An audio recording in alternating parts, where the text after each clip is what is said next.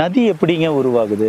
இதுவே வட இந்தியால போய் கேட்டோம்னா கங்கா, யமுனா, பிரம்மபுத்திரா நதியெல்லாம் எப்படி உருவாகுன்னா இமயமலையில் இருக்கிற பனி மலைகள் உருகி நதியா ஓடுதுன்னு சொல்லி ஈஸியா நம்ம எல்லாமே சொல்லிடுவாங்க. ஆனா தென்னிந்தியால நம்ம அந்த மாதிரி எந்த விதமான பனிமலைகள் எல்லாம் இல்லை. அப்படி இருக்கும்போது எப்படி 365 நாளும் நம்ம ஊர்ல இருக்கிற ஆறுகள்ல தண்ணீர் ஓடிட்டு இருக்கு? அதுக்கு காரணம் மேற்கு தொடர்ச்சி மலை.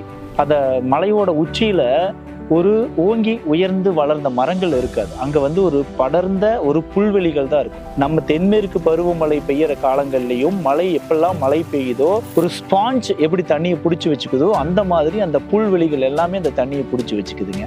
அடுத்த மழை நின்ற பிறகு திவலை திவலையாக அதை விட உயரம் குறைவான அடுத்த மலைக்கு அந்த தண்ணியை பூரா பாஸ் பண்ணுது. அடுத்த மலை இரண்டாவது கட்டத்துல என்ன இருக்குன்னா அடர்த்தியான மரங்கள் இருக்கும். அந்த மரங்கள்ல இருக்கிற இலைகள் தலைகள் எல்லாமே விழுந்து விழுந்து அந்த இடத்துல நீங்க மண்ணை பார்க்கணும்னா கூட கிட்டத்தட்ட